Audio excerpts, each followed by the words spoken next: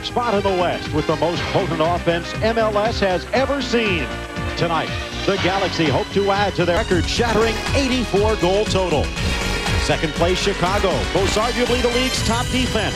And Jorge Campos returns to the City of Angels, hoping to add another chapter to his expansion team's storybook season. A possible preview of the Western Finals, the Fire, the Galaxy, next on ESPN2.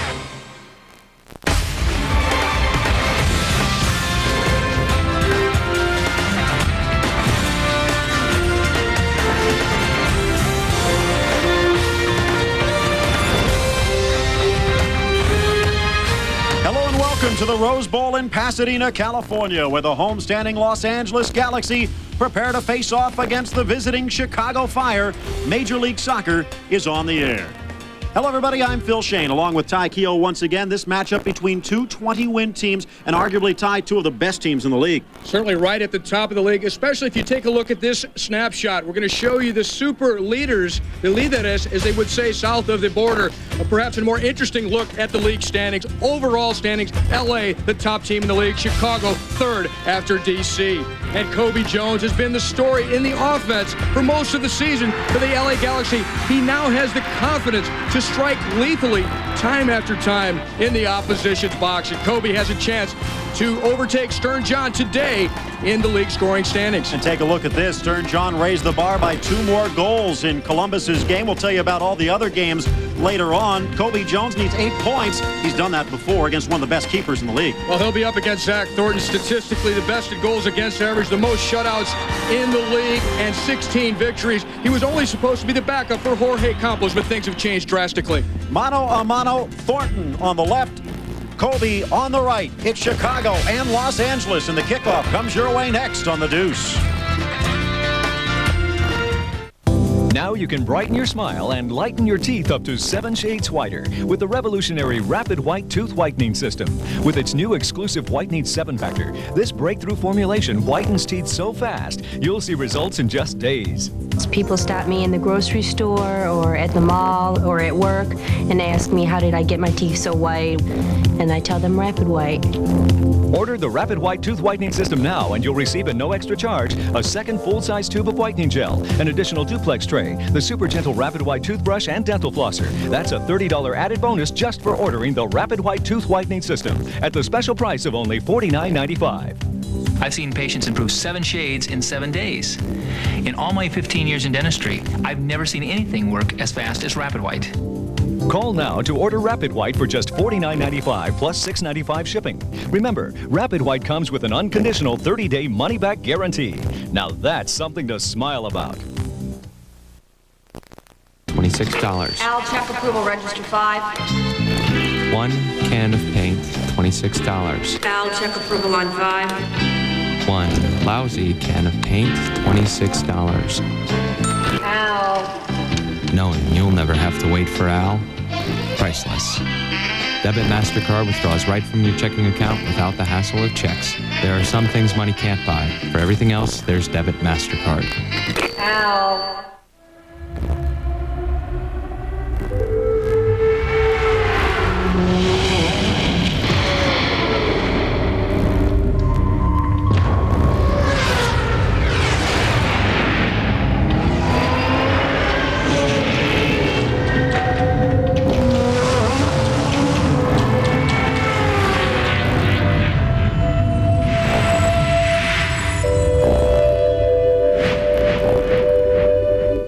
If you thought AT&T One Rate Plus made calling simple at 10 cents a minute, a little too simple, maybe. Now there's something that'll have you calling even more.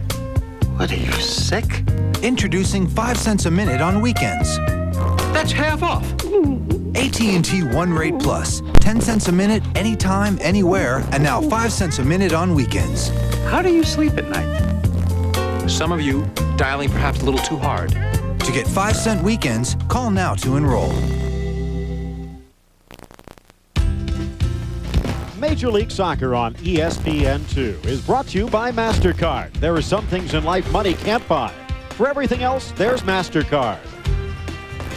By Honda, the official vehicle of Major League Soccer. By AT&T, it's all within your reach. And by Nike. And welcome back, the Rose Bowl. And the Galaxians getting set to cheer on their team against the Chicago Fire. A chorus of boos greeting the Fire as they entered onto the field. And Zach Thornton, well, he might be one of the biggest targets, as Ty mentioned earlier, the leader in goals against, and no one has more shutouts. And Chicago has had LA's number this season. Part of the reason is the play of their big sweeper, number 5, Lubos Kubik, who not only has defended very well, he has 7 goals and 8 assists on the season, including several game-winning goals despite being a defender. Up front, a guy who's really cranked it up, Ante Razov, number 12, for the Chicago Fire, was cut 2 different times by the LA Galaxy in previous seasons, so he has something to prove here. Zach Thornton displacing Jorge Campos in Chicago. Well, Kevin Hartman did the same thing in LA. By the way, he gets a win today. He'll hold the record, which was set last year, 21 wins, by Mike Ahmed of Kansas City. And in front of him, another one of the top defenders in all of Major League Soccer, number 4, Robin Fraser. He has the captain's armband for the LA Galaxy.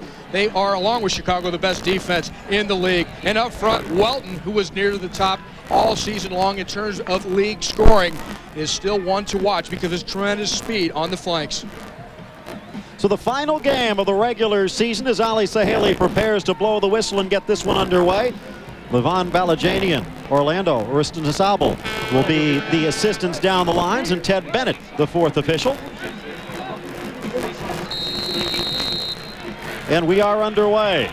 The dark jerseys of the LA Galaxy moving from the left to the right.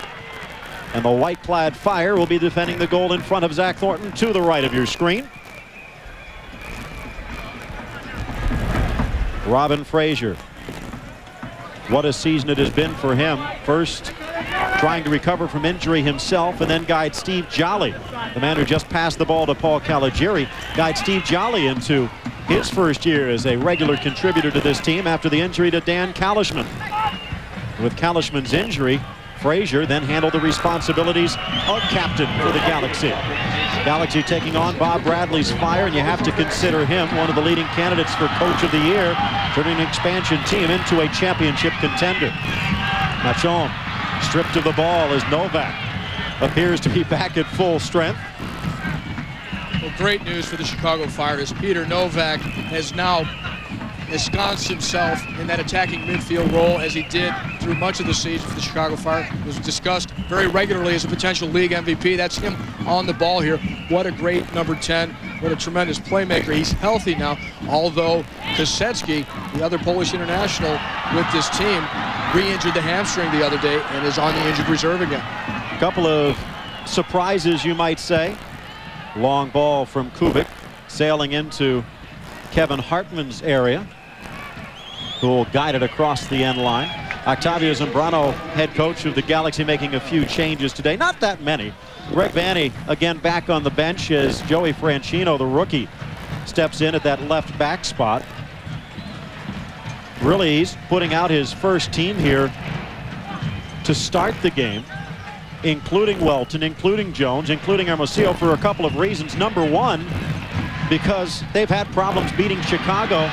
Number two, to give Colby Jones as much of a chance as he can to get back in the scoring hunt. And here is Colby Jones. 4 goals back of Stern John, who had 2 goals today and a 3-2 shootout loss at DC as Columbus ended its regular season for the 3rd straight year with 15 wins and 17 losses. Far side, Zach Hibson, one of the changes, one of the many changes in the lineup by Bob Bradley in Chicago, and perhaps the most surprising one, maybe Chris Armas, the only player in MLS in 1998 to play every minute of every game, a streak that was snapped at the opening whistle today.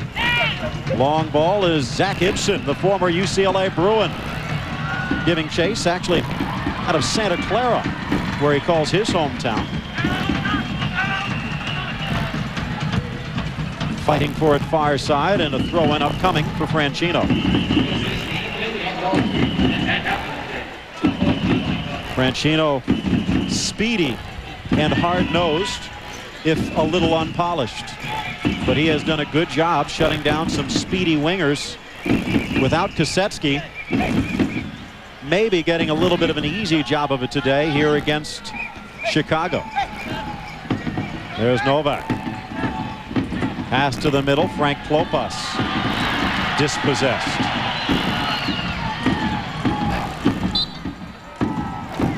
The Chicago Fire have altered their lineup considerably, resting a few guys who performed so admirably through the entire season. A little bit banged up. No serious injuries other than the one I already mentioned to Kasetsky, who's out again with the hamstring. But Francis Okara, Josh Wolf, and Jerry Pobrosny all more or less rested so that they'll be that much sharper and really in optimal condition to start the playoffs later this week. A couple of the matchups to keep an eye on as we enter today's game.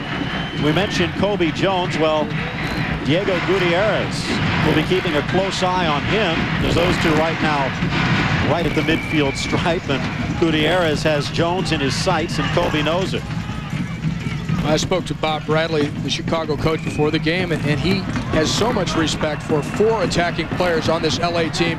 Jones being one of them, Welton, Hermosillo, and Cienfuegos. So basically, he's got man-to-man marking assignments on all 4 of them. Nice hustle by Klopas, finding Razov, loose ball, and Robin Fraser. Despite the age of 32, still showing some speed and a lot of experience as he cut in front of that pass. Much of Fraser's game is speed of thought. He knew where that ball was going to be before it was played. And Razov, a former member of the Galaxy. Fraser played with him off and on for a couple of years, so knew what to expect.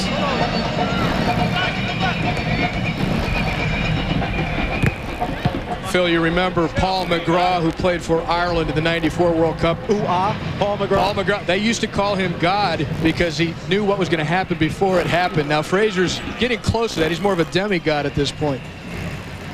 Kasetsky, Razov, and Cienfuegos all with a goal and an assist in the 3 games these two teams have played in their history. Off target as Hermosillo tries to keep up acrobatically. Here's Jones, and Gutierrez tries to shut him down. Ball to the middle for Machon, and cleared away by Hibson. Welton fighting for it. Touched away by Marsh, who is taking a much more defensive role in the absence of Chris Armas. Razov, outlet pass, and there's Fraser again in a foot race. Fraser against Novak. Anything get past that back line, and Robin Fraser's job is to clean it up.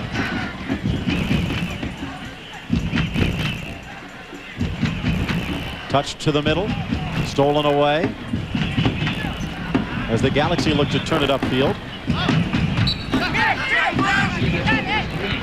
The other matchup to keep an eye on the far side, should LA get the ball, as Welton doing a little bit of defensive work. Welton against C.J. Brown, and Welton's put on a little bit of weight this year. They say up to close to 150, 160 pounds, but C.J. Brown checking in at 180 conservatively has manhandled Welton and just taken him out of the game a number of times. Well, the disciplined man marking for the Chicago Fire has been key to their success throughout most of the year, and there's one of the most unselfish ones there. C.J. Brown, number 2, will have a challenge in staying with Welton because of Welton's speed that I mentioned earlier, and if he can't catch him, he'll try and muscle him. Seems so long ago. I guess Welton playing the role of Ken Griffey Jr. in this home run saga, but he actually led much of MLS in scoring through the World Cup. But now Kobe Jones stepping in the fray, and Stern John just blowing away the competition. Cienfuegos in the corner, touched away, and a throw-in upcoming. And actually, it looks like we're going to have offside the call, and the fans don't like it.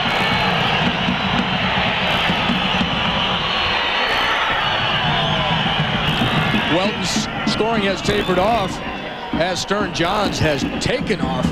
Stern John, his last 11 or 12 games, has come up with something like 16, 17 goals. It's hard to keep pace with that. Stern John appears to have locked up the scoring race, although Kobe Jones still has some time here to have a say-so. And just as Mark McGuire did, 2 goals in each, or actually a goal and an assist in the last game, and 2 goals today to close out the regular season. For Stern John, up to 57 points, and Kobe Jones starting the day at 49. That's 8 points back. That could be 4 goals. That's only been done twice in MLS history, both times by the same guy, Raul Diaz-Arce. And Kobe Jones is one of the players to get 8 points, 3 goals and 2 assists earlier this year. A 5-1 demolition of New England that ended up costing Thomas Rongen his job. What a story Stern John is, though, in Columbus. If my count is correct, 16 goals, 2 assists in the last 12 games to go straight to the top of the scoring race. Almost makes you forget about Brian McBride.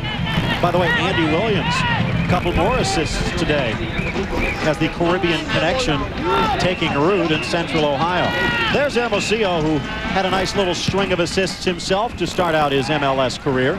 And here's a chance for Chicago on the counter. Hibson will not stop running. Dangerous ball, but Fraser handles it with ease. Franchino cannot keep it in, and a throw in some 35 yards out. Kingston-born, Miami raised, calls Denver his home, although he has lived in LA for the past couple of years and doesn't plan on heading back to South Florida anytime soon, despite the fact his hometown now has its own MLS team.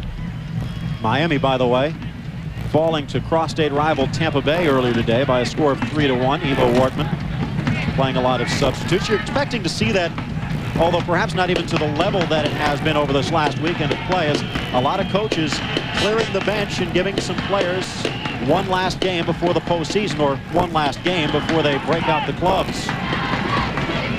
Kacha in swing, cleared away by Franchino. Machon, and out towards Welton, and Tom Sohn steps away from Hermosillo briefly to win that one back. Nice work by Razov, although it's one against many. The shot deflected as Razov took on 6 of his old teammates right there single-handedly. There's Tampa Bay with the 3-1 victory. Frank Yallop, his first MLS goal, a game winner. San Jose with the 2-0 victory against Kansas City as they jump past the Wizards into the 5th spot. And Columbus, as we mentioned, in the shootout, losing against DC despite scoring the first 2 goals of the game. By the way, speaking of that middle score, San Jose with a 2-0 victory. A couple of notes there. Ex-Galaxy keeper David Kramer, his 3rd straight shutout, 341 minutes without a goal, 2nd all-time, just 73 minutes behind Tony Meola's mark, set back in 1996. And also Kansas City.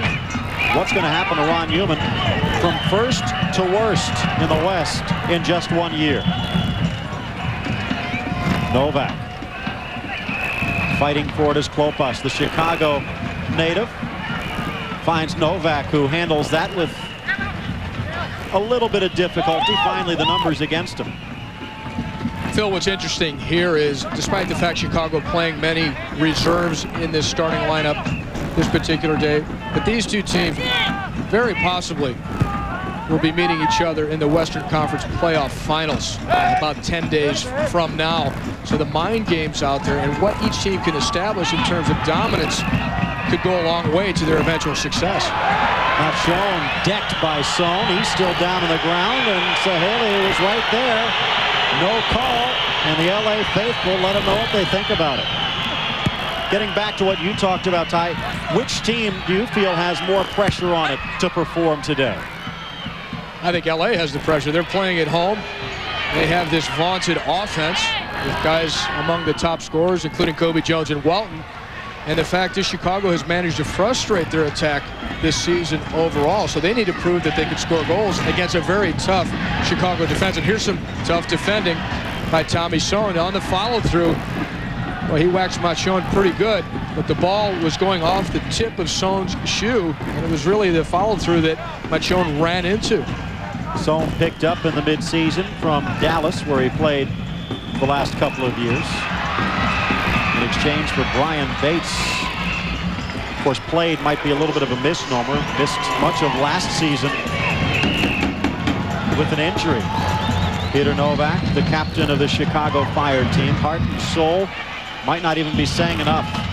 A veteran of the Polish national squad and also a veteran of Bundesliga, top-level German professional league action. Kobe Jones to the middle, the cross snared with no problem by Zach Morton. And Kobe looking for a penalty as he was decked.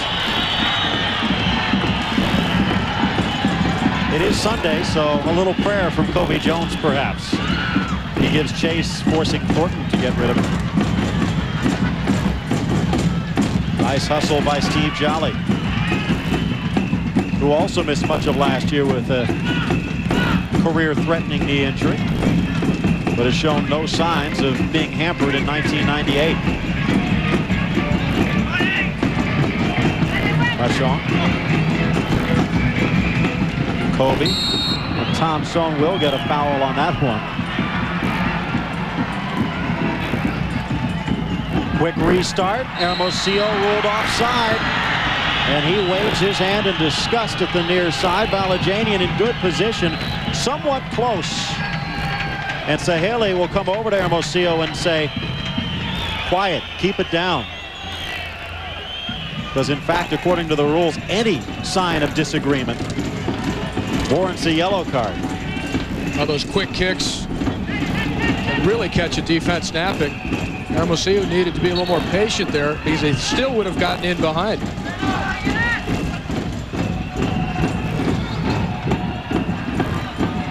Far side, Machon. Nice work to try and get the cross off, but good recovery by Hibson and a corner kick upcoming for the LA Galaxy. Well, Machon moving pretty well there in the one-on-one situation. He doesn't appear to have been slowed up at all by that tackle a couple minutes ago from Tommy Sohn. Guatemala international. Spanish, English. Very accurate server of the ball with his left foot. No problem at the top of the 6. Well, that one Machon hung up a bit too high. Of course, that was it, the 4-step rule. Catches at the top of the 6 and he ends up at the top of the 18. He takes big steps. Big Zach Thornton, has that imposing presence and plays very physically and very aggressively coming off of his line.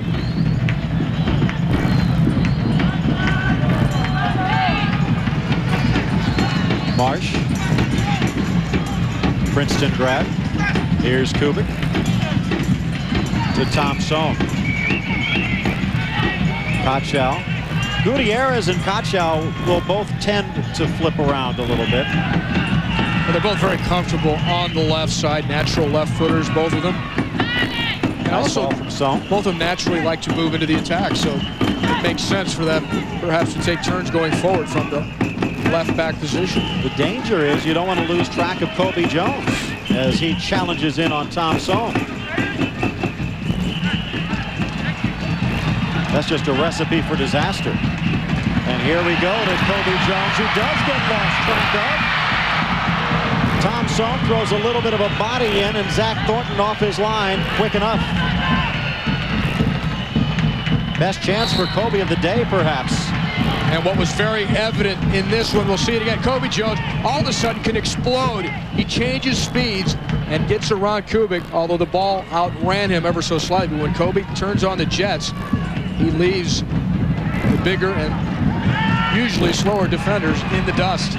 Danny Pena, Culver City native, right here in the LA area. Physical member of that LA defense. Hard tackle from Klopas against his former national team teammate Robin Fraser. Goes for naught, and a goal kick for Kevin Hartman. Good hustle by Frankie Klopas, but Robin Fraser had that covered the whole way. Long strides. He had the angle on Klopas. Cienfuegos. Hard pressure from Marsh. Gutierrez takes a tumble.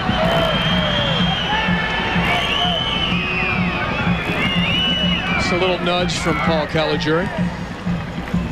Kobe Jones, 18 goals, 13 assists. Cienfuegos, 13 goals, 16 assists. Toss in Welton's double-double with 17 goals and 11 assists.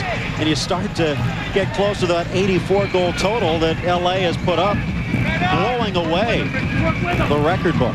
And also remember that Kobe Jones missed 7 or 8 games because of his participation in the World Cup in France. So the totals could even be higher. Cienfuegos, the catalyst at midfield for the LA attack. Those of you Kobe Jones faithful who say, well, Stern John had 4 games. Not that many more. Remember, he was hurt for a while. Here's Klopas with a quick shot, and it sails wide. pressured by Jolly and Fraser, and it looked like Klopas just got under that one. Rozov's been causing some problems. Klopas, Hibson on that right side up against Franchino has used his speed pretty effectively to be a part of some of these attacks. But Klopas has scored more than his share of goals for the U.S. national squad. Some big goals. There he is, curling this one inside the post, or actually to our side of that near post. Frank Klopas, in my mind, scored one of the biggest goals in soccer history, let alone U.S. soccer history. The game winner against Argentina in Copa America, right across the river from Argentina. A 3-0 victory that said to the world, at least for a while, Steve Sampson and this U.S. squad arrived. Well, the 94 squad under the direction of now MetroStars coach Bora Milutinovic, I think more or less started to make that announcement, but the follow-through with Steve Sampson at the Copa America '95, for sure, impressive results in that very prestigious tournament in South America. Long ball for Cienfuegos, who's sneaking forward, and the deflected cross knocked out by Kubik for the corner kick. Well, we'll give Frank Klopas big-time credit for the goal against Argentina in the Copa America. It's a big goal in history. There's another guy on this field, Paul Caligiuri, who scored one of the biggest goals in history for the U.S. national team to qualify them for the World Cup in 1990. Caligiuri moving into the box towards the back post. Klopas, in fact, marking him. Cienfuegos will swing this in towards Thornton, who's actually about 3 yards off of his line. Punches it off of his own man. He could have caught it. And to tell you the truth, I'm a little surprised Cienfuegos didn't have a go for goal himself, as Thornton is well off the line. Thornton starts probably too far off his line, but what? Did he think someone was right behind him? Because the fact is, that was an easier catch than the last couple he's come out for. This time he does punch it with authority, but Kobe Jones gathers it in. Back to the Salvadoran field general. Diego Gutierrez trying to shut him down. Kobe Jones to the middle. Hermosillo the back heel. The shot over the bar. The backheel pass attempt to Welton came right back at him, and he turns it towards goal. A little inventiveness displayed by the Mexican goal-scoring legend, Carlos Hermosillo. This ball comes in from Caligiuri, and Hermosillo uses his heel on the ball and then ends up getting the return pass from Welton. He's off balance there. In fact, he almost killed himself as he went to take that shot on the follow-through. Franchino wins the ball. Welton tries to pick off the pass from Jones. Would you like to see the big man try the more subtle tricks there with the heel pass? Hermosillo scored more goals than any Mexican professional over the last 15-20 years. In fact, he's third on the all-time list of active players. No wonder they call him Senor Goal. Danny Pena on the foul. Pass just sneaks past Caligiuri, and Steve Jolly sticks out a toenail. Here's Welton. Hermosillo. Cienfuegos. Franchino is open, but Cienfuegos will hold on to possession. Losing his footing, Hermosillo.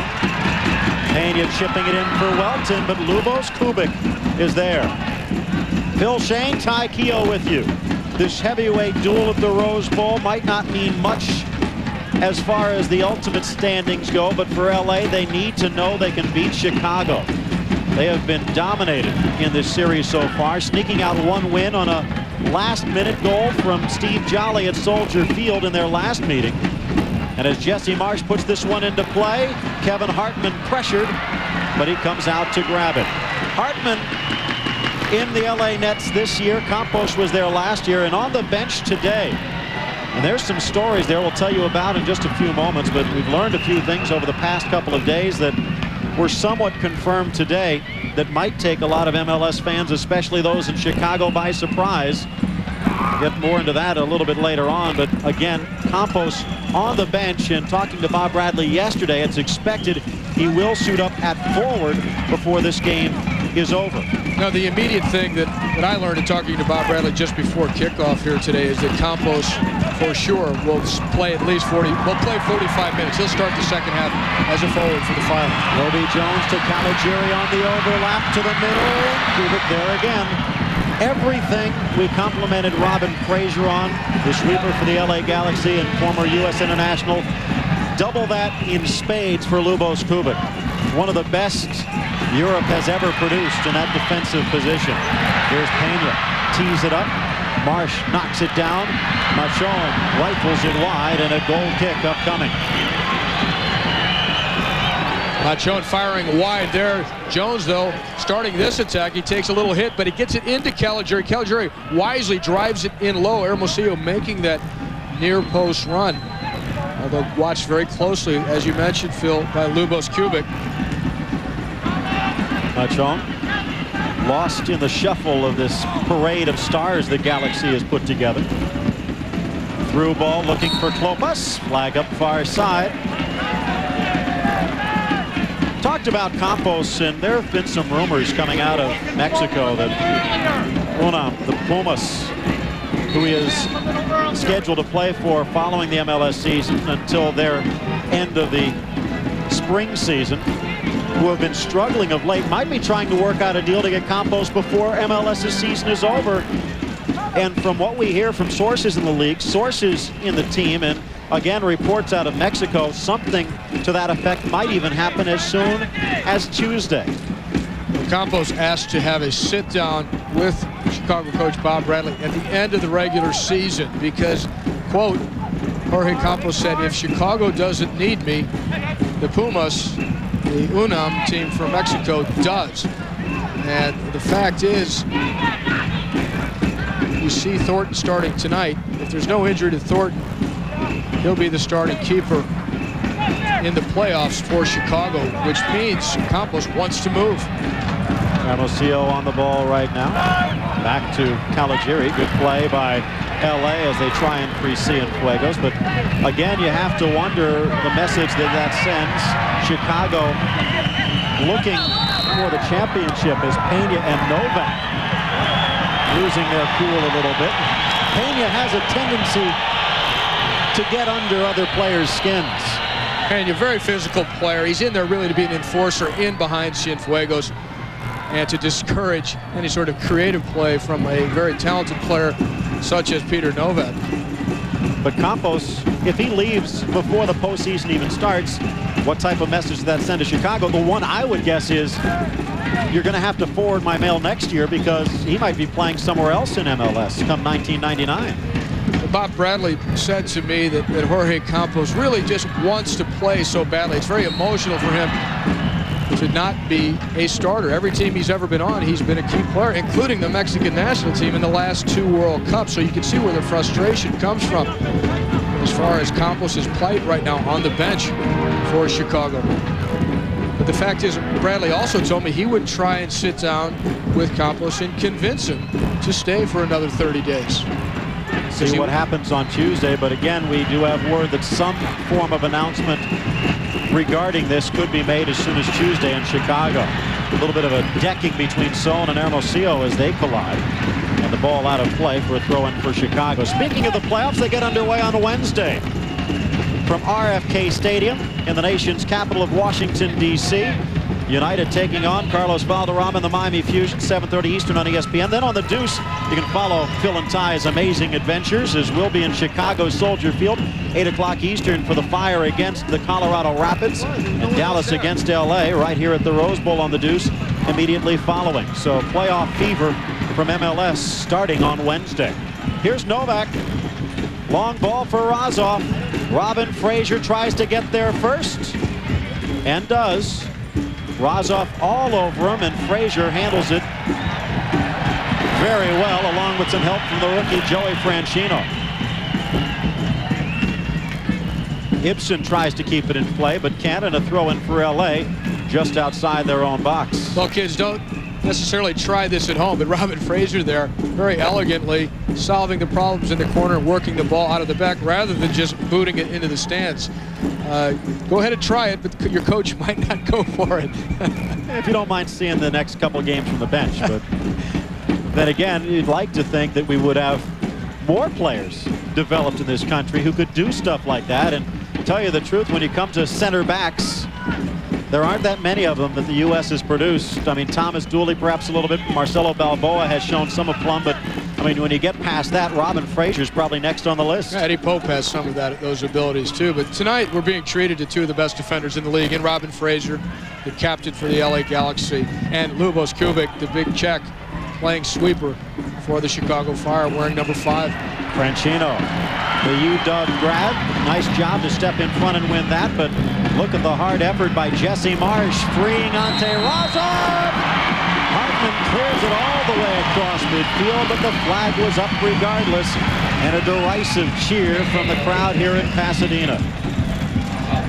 Razov with 10 goals and 9 assists on the season makes his break just about a second too soon. He's about 2 steps behind Robin Fraser when the ball was played to him. Razov, who has blossomed this year, spoke about the double-doubles. If Razov gets an assist, he'll join that club. 10 goals and 9 assists for the 24-year-old. Fraser pushing into the attack. Not shown to the outside for Welton. Welton to the end line. Welton to the middle. Deflected in the air. Cienfuegos. Hermosillo! Saved by Thornton at the post. Thornton continues to look unorthodox in goal, but he gets to the shot.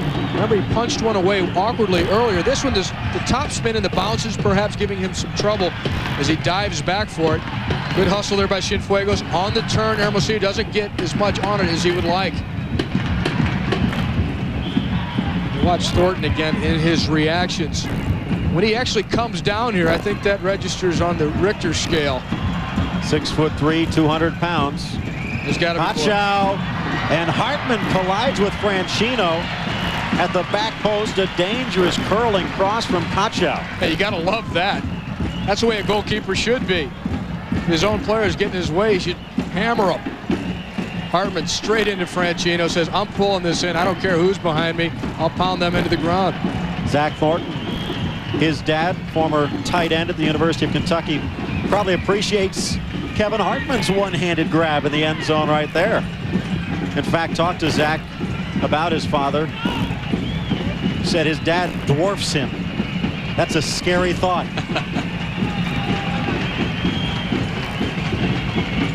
And I think a lot of strikers in MLS are glad that Zach didn't grow up to be just like his dad. Either that or they'd make sure their health insurance was paid up. Here I'm looking, 6'3", 210 is what Zach Thornton is listed. Here's Klopas. There's plenty of seismic activity in these parts anyway, with the San Gabriel Mountains going straight up to about 6,000 feet, about 2 blocks from here. C.J. Brown tripped up. Welton trying to clear it away, and good presence of mind from Tom Sohm. Chicago native coming back to his hometown team and filling in for Francis Okara today, although he did step in one of his first games to mark Hermosillo since moving up to Chicago. So a little bit more of a defensive posture by Bob Bradley against LA. Here's Kobe into the box, tries to dance around Gutierrez, can't make his way through the double team, and Gutierrez sends it upfield for Razov. And again, Fraser there to grab it. Right now, Kobe Jones challenged by the guy who's marking him, Diego Gutierrez. Gutierrez, since coming back from the injury in the last few games that I've seen him, looks to be probably the quickest tackling wingback in the league. He's very good on the turn. He could stay with just about anybody, including a guy with Kobe Jones's explosive acceleration. Jones, born in Detroit, grew up here in the LA area. Same hometown as US's all-time leading scorer Eric Winalda. Of course, if Kobe keeps playing like he has been, as he brings it down to his chest here, but a good tackle again by the big Czech Kubik. Out for the corner kick. Kobe Jones threatening there. Kubik up to the task, covering well to block it. The ball left by Caligiuri a moment ago for Kobe Jones, and he gets into the boxer and he pushes it. And the reason the call's not made there is Gutierrez is on his way to get the ball. He's already on his way over. This is the next chance by Kobe Jones. Not a great angle. Kubik, excellent in the recovery on the slide to get a foot in. Caligiuri's cross, looking for Hermosillo, headed by Son. Kobe whiffs on the shot, gets a second chance. Back to Cal. Caligiuri hitting Kubik in the hand unintentionally while he was inside the box, so outside for a throw. The shot heard around the world, they called it. Caligiuri in '89, putting the U.S. in the World Cup 1990. Touched out for another corner kick. Talking about Kobe Jones, he might be challenging Eric Grimaldo for scoring supremacy if he continues to develop as he has this year. Well, he'll need to translate his goal scoring here in MLS to the international stage, where he's already been quite effective as a setup man, crossing balls. Near post header. Cienfuegos just decked from behind by Lubos Kubik. There's the guy that never stops running. Mauricio Cienfuegos. Another guy who's much like him, Chris Armas, not playing today for Chicago. Cienfuegos, Caligiuri, diving header by Son out of danger. Fraser looking for Jones. Touch to Cienfuegos, looking for the back post, but no one there.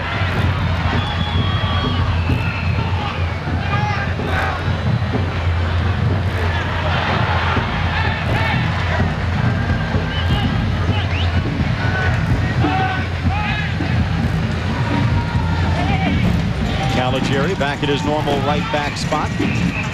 Talk about what Tom Son has done to shore up the bench and the starting depth for Chicago. The return of Paul Caligiuri just making LA that much stronger. Consider 320-win teams. And a win today for the Galaxy would tie them at 24, a record with DC. But again, Chicago, what can you say? Their first season in existence, they turned it into a 20-win season, and arguably the style of game they play might make them the favorite for MLS Cup championship right here October 25th at the Rose Bowl. Well, and it's being illustrated in this very match when you see the LA Galaxy offense being very much frustrated. The intelligent play at the back of Kubik, and also the man marking of Gutierrez on Kobe Jones, Tommy Son on Carlos Hermosillo, and out on that far side, C.J. Brown is pretty much locked up well. Gutierrez can't catch up with it.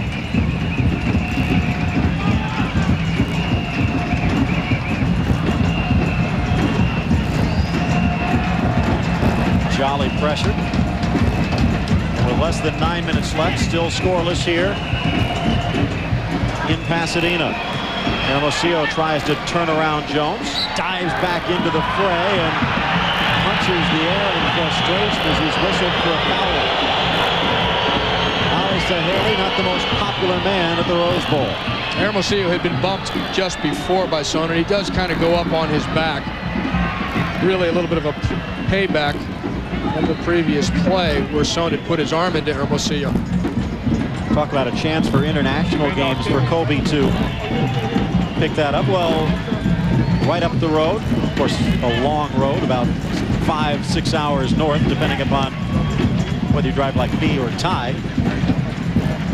On November 6th, the first game under the new direction of whatever coach it might be, the U.S. against Australia. And a couple of months after that, reportedly in Miami, the U.S. will take on Germany and maybe even Argentina. Here's a chance for the Chicago Fire, touched away by Jolly, and back the other way for LA. Of course, a story in the LA Times by Galaxy beat writer Graham Jones today says we might already have a new coach for the U.S. Unofficially, but it's pretty much acknowledged that Bruce Arena will be officially named coach once DC United either successfully defends their championship in MLS or they are eliminated. The question becomes what happens to Bob Bradley, what happens to Glenn Meineck, two guys who assisted him during the '96 Olympics. Of course, both of those guys now with head coaching jobs at MLS. Well, things become more and more interesting every day in MLS because you have that situation of who Arena might take with him as an assistant. You also have, and you're talking about Chicago being perhaps a good playoff tournament team, a guy who was hired for exactly that reason at New York, New Jersey Metro Stars, Bora Milutinovic. So you're talking about the international scene. There's one of the masters of the international scene. Now Haley again whistles a foul against Hermosillo. Looked like there was a collision. Hermosillo down on the ground, but he got C.J. Brown on the way through. Hermosillo, big, strong guy. He did put his arms in, but then the slide by Brown catches Hermosillo. There's the arm coming in to C.J. Brown's neck. He clips him. And Hermosillo, I think, dove to try and disguise the fact that he had stepped into and used his arm a bit on C.J. Brown. Might have lost his balance a little bit, a slight roll of the ankle, but I agree with you. I think he was just protecting himself against a card.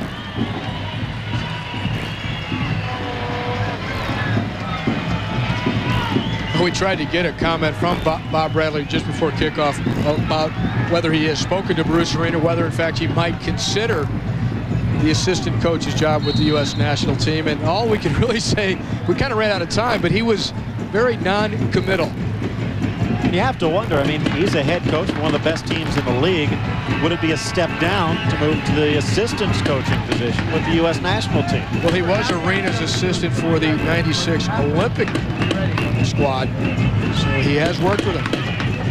Not only at DC United, but also on the international stage, albeit the Olympic level. 5.5 minutes left to go here in the first half. At the Rose Bowl, a battle between the top two teams in the West. Chicago looking to continue their dominance against the Galaxy. Razov with the roller, and Kevin Hartman will have a goal kick with 5 minutes and counting. You get the idea that Ante Razov perhaps pushing a bit too hard. He's back on his home turf here, playing against a team that cut him twice. Also playing in the same town as UCLA, where he plays collegiate soccer. You know he's got friends and family here, and he'd love to stick one in the net.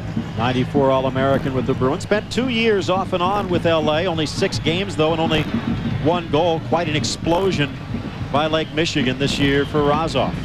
Along with Josh Wolf, another big story for the Chicago Fire, especially the last several weeks. But Josh Wolf held out of the lineup here, just precautionary. A little bit banged up. Talk about Stern John with 26 goals. Well, add everything together that Josh Wolf has been able to play. A couple of friendlies, the Open Cup, A-League, and in MLS. He has 23 goals. And you're talking about a kid who's only 21 years of age, who is showing some ability that we haven't even seen from some U.S. strikers that are the age of 30. Here's a chance for Kobe if it stays in play. I have no idea how that one was rolled out, unless maybe they say it curled out first. Yeah, it bounced in play, but it may have curled out while it was still in the air. Kobe not arguing. And with 4 minutes left, Chicago will get a throw-in just shy of the Galaxy bench. That's a pretty incredible strike rate for a guy who was mostly known as an assist man throughout his career because of his good speed on the flanks and his ability to get crosses in. But now he's become a bona fide goal scorer. Cienfuegos.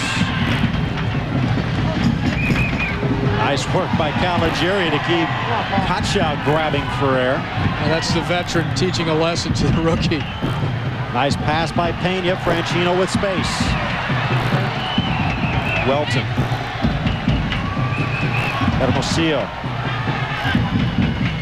Back to Senor Goal. Cienfuegos. Oh, if he just could have gotten a touch of it. Welton wins it back. Still Welton. Cienfuegos as Chicago building an offside line. Kobe pinches in, and the deflection comes out for Thornton to grab.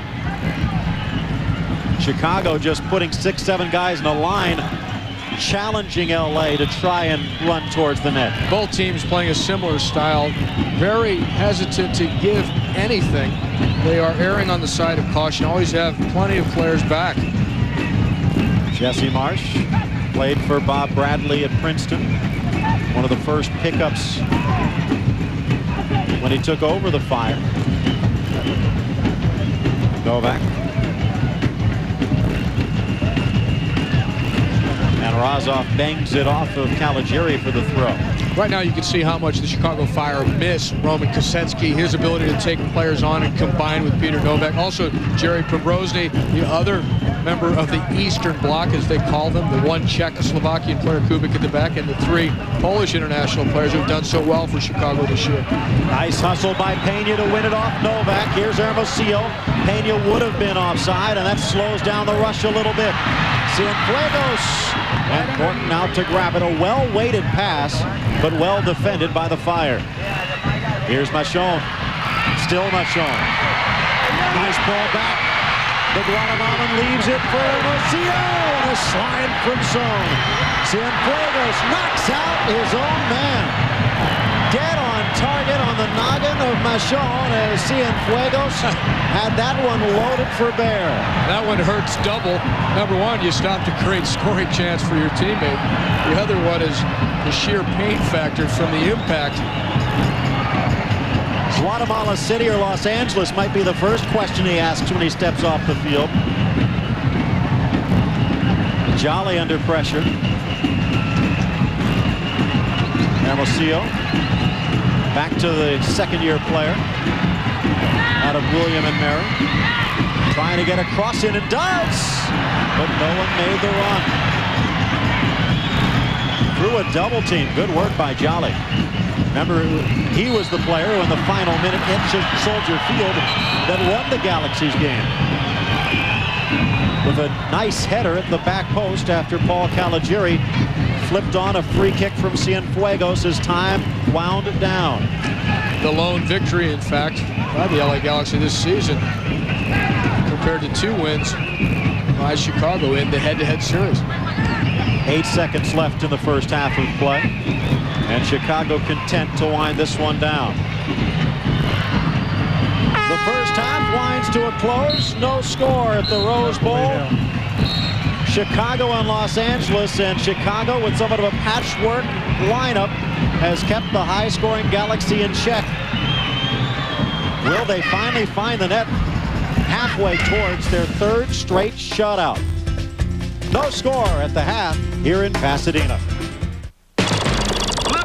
Day one on the road, in the air, to cover Major League Baseball. It's the year of the home run, my friends. Jack City. We're watching the big boys launch the long-range missiles over and over again, higher and higher. In fact, this ball right here is a ball that Mark McGuire launched into the propeller of the Bud 1 airship, proving that he is the Red Menace. Hey man, call the FAA. These guys are a threat to our airspace.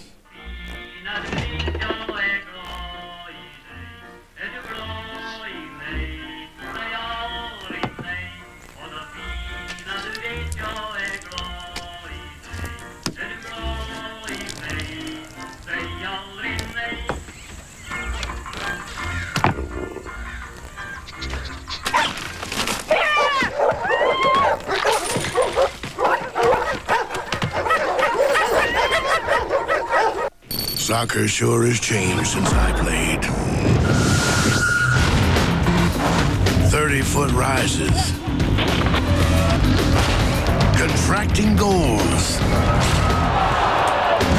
This game is nothing like we could have ever imagined. And it all started with All-Sport. All-Sport, with a third more carbs than Gatorade. The game will never be the same. Are you ready to enter the Omega Zone? Say what? Well, you can grab a Omega Firestorm or an X-Brain and join the evolution and revolution. These ain't your daddy's yo-yos. No, the Firestorm has the special transaxle. Whoa, talk about spin time. And the patented 4-clutch X-Brain, it goes all out. It snaps back on its own. You look like a genius. Dare to enter the Omega Zone. You can get yourself a Firestorm and X-Brain. Yo, you, Omega. Each sold separately from Bandai. A good sweat isn't so good once the game is over. That's why there's Irish Spring Sport. It has an extra antibacterial ingredient that kills odor-causing germs better than regular soap. It's Irish Spring Sport. play as hard as you like. There'll come a day when you can take your sweet time getting into your own photograph. Fujifilm's Smart Endeavor 3500 IX camera. Just one reason why that day is today. Major League Soccer on ESPN2 is brought to you by Nike. By All Sport, the game will never be the same. By Bondi, and by Irish Spring Sport. Play as hard as you like. Welcome back. No score at the half here at the historic Rose Bowl. They're hanging out of the stands trying to cheer on the Galaxy. Best record in MLS history. However, they might not be able to equal DC's 24 wins if the Fire have their say. Of course, the MLS playoffs right around the corner, and it starts out with Carlos Valderrama and the Miami Fusion taking on two-time defending champion DC United, Jaime Moreno. Roy Lassiter, who refound his scoring touch, and former U.S. captain John Harkes. You can check it out on ESPN Wednesday, 8 o'clock Eastern Time. And then the other matchup in the playoffs in the Eastern Conference. New York, New Jersey Metro Stars with their new coach, Bora Milutinovic, against the Columbus Crew and Stern John, who looks like he'll win the scoring title. Also in the West, we'll see the Chicago Fire, Peter Novak, their captain. Kosetsky hopefully will be back from injury against Wolde Harris doing his Elvis shake. And another good chance for Ross Pauly. That's Thursday at 8, and right after that on a twin bill, Dallas against Los Angeles, the Galaxy winning 3 of the 4 matchups in that regular season series. Maybe the MVP? Well, will he be the scoring leader? He still has 4 goals to score and only 45 minutes to do it. No score at the break. Back with more after this from the Rose Bowl. Anytime we race, you win. The technology that helps Ford win on NASCAR tracks makes Ford cars and trucks safer, more powerful, and a better value. Now get financing as low as 0.9% and $750 cash back on Ford Taurus. Financing as low as 0.9% and $750 cash back on Ford Taurus. Ford, racing technology that works for you. Think Ford first. Get to your Central Ohio Ford store today.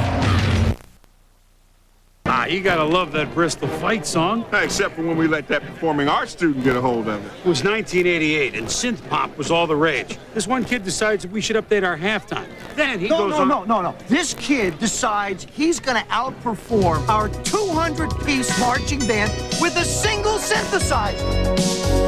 It was awful. NFL Countdown, Sundays at 11, Mondays at 6:30 on ESPN.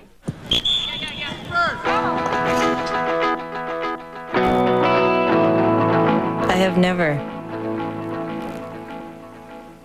stolen a ball,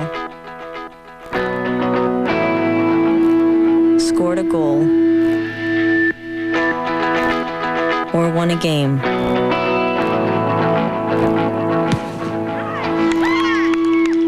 Alone.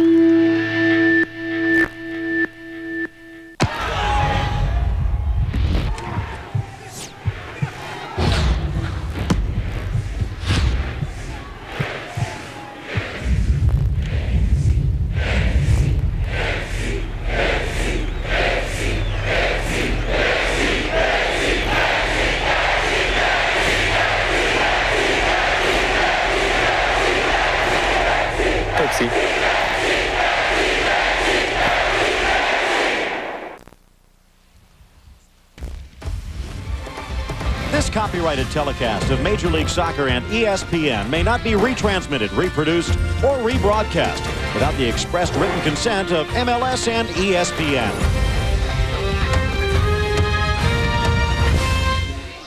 And welcome back here at the Rose Bowl. Of course, everyone trying to work their way towards an MLS championship. Well, the person you're looking at right now from Bonita, California, down San Diego way, Callie Margolis, trying to win $1 million. All she has to do is put it in that hole.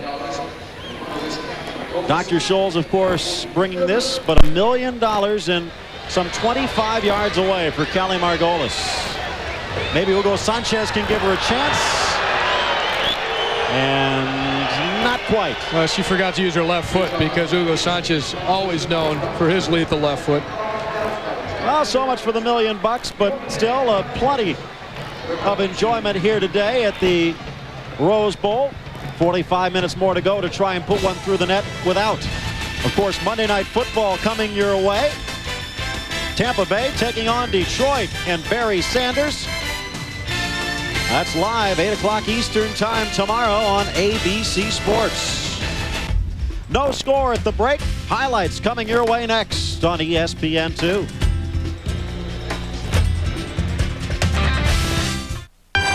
It is one of the most powerful warships, with satellite communications, radar and propulsion systems that are the most advanced in the world.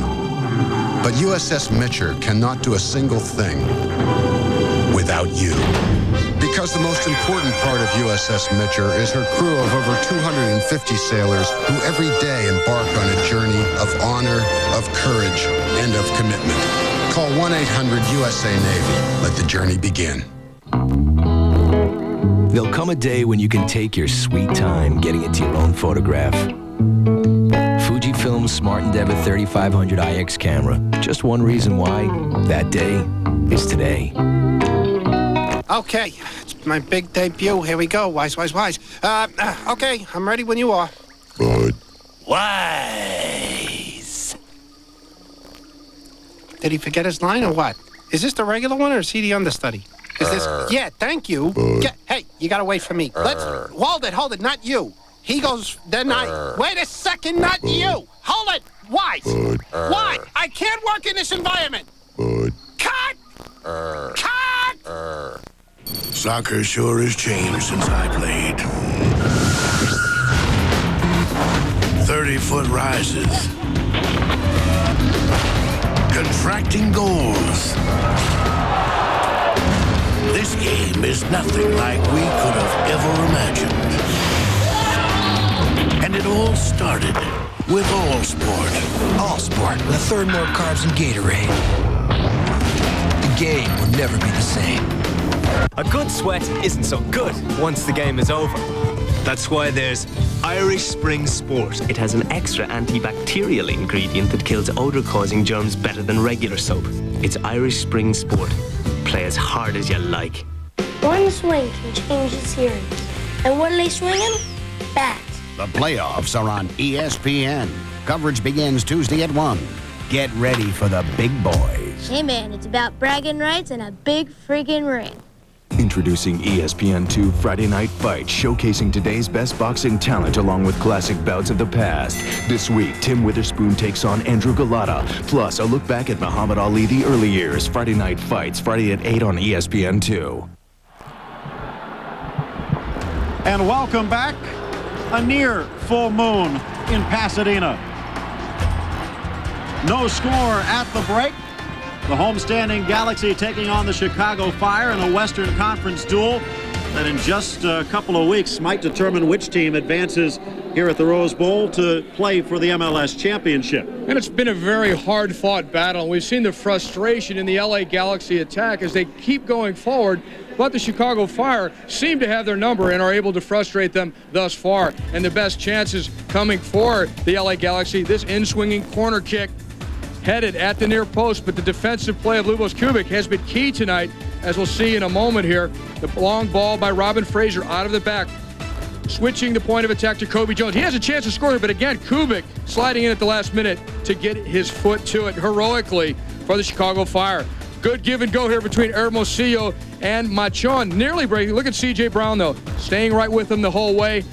The chance here by Hermosillo blocked then also by Tom Sohn. So you've seen strong defending out of the Chicago Fire to frustrate the top MLS attack of the LA Galaxy. And the LA Galaxy controlling much of the play, much of the shots, but Chicago still controlling the scoreboard. They're playing the type of game they want. Scoreless at the break. 45 minutes more to go. We'll have the kickoff and maybe our first Jorge Campos sighting when we come back from the Rose Bowl in Pasadena. Now you can brighten your smile and lighten your teeth up to 7 shades whiter with the revolutionary Rapid White Tooth Whitening System. With its new exclusive Whitening 7 factor, this breakthrough formulation whitens teeth so fast, you'll see results in just days. People stop me in the grocery store or at the mall or at work and ask me how did I get my teeth so white, and I tell them Rapid White. Order the Rapid White Tooth Whitening System now and you'll receive at no extra charge a second full-size tube of whitening gel, an additional duplex tray, the super gentle Rapid White toothbrush, and dental flosser. That's a $30 added bonus just for ordering the Rapid White Tooth Whitening System at the special price of only $49.95. I've seen patients improve 7 shades in 7 days. In all my 15 years in dentistry, I've never seen anything work as fast as Rapid White. Call now to order Rapid White for just $49.95 plus $6.95 shipping.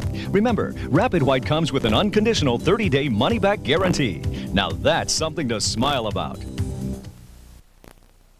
Saturday, first at noon, Indiana battles Wisconsin. Everybody talks about running back Ron Dane, but the key to the Badgers is quarterback Mike Samuel. Then at 6, All-American Tim Couch and the Wildcats take on Clint Sterner and the Razorbacks in a key SEC battle. Wisconsin versus Indiana at noon. Kentucky versus Arkansas at 6. Saturday on ESPN2. During the year, we spend a lot of time with each other, both on the field and off. It brings us closer together, and that helps us play better. When Lil has the ball, I know exactly where she needs me to be. It's like we can read each other's minds.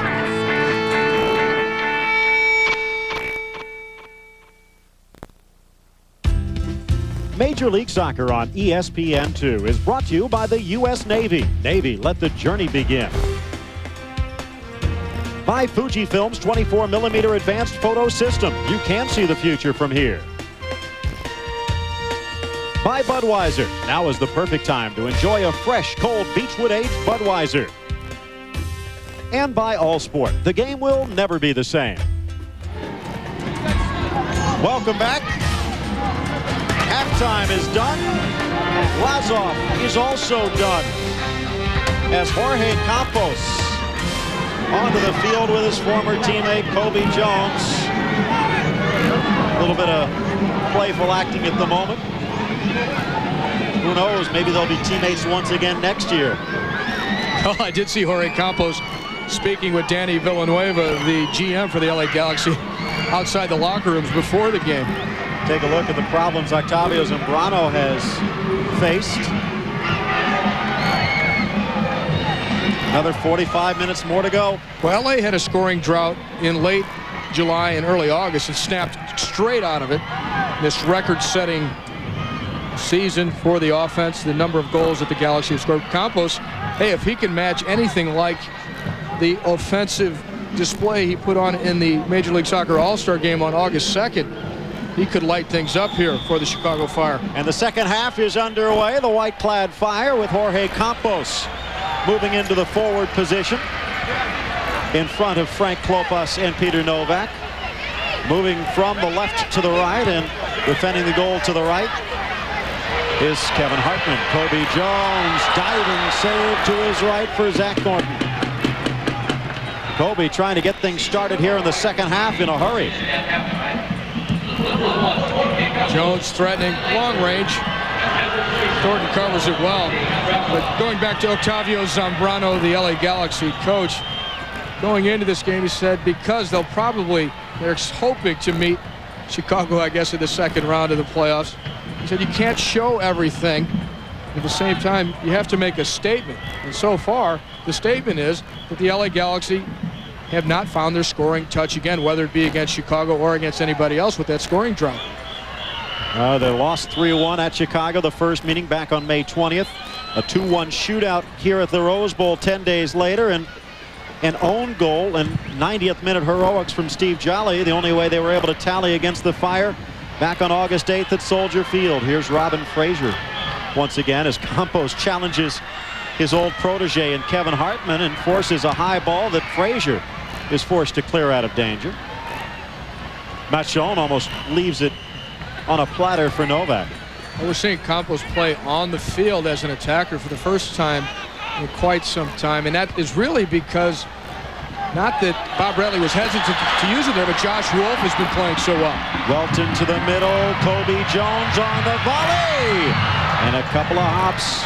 Lubos Kubik had a couple of cracks at trying to head that away and put it right in the path of Welton. Kobe Jones doesn't hit this square. He does keep it down, but it's, again, no problem for Thornton. Nice work by Hibson. The last pass a little off mark. But really the opportunity for Campos to play as a forward here presented because of the injury, the hamstring. He's on the injured reserve again, Roman Kasetsky. That's a real blow to the playoff hopes of the Chicago Fire in terms of their attack, which really revolves around Novak's playmaking and the one-on-one abilities of Kasetsky. Josh Wolf nursing a groin pull. The RFC Pobrozny has also been somewhat beaten up this season, so giving them the day off. C.J. Brown winning it as he challenges and pushes up this right side. Novak knows it to Campos. Campos to Klopas, actually. Back to Campos. And Steve Jolly picks his pocket. Jolly and Fraser in the center of the LA defense. Caligiuri on the right. Franchino, the rookie, on the left. Machon and Danny Pena, the defensive midfield behind Cienfuegos.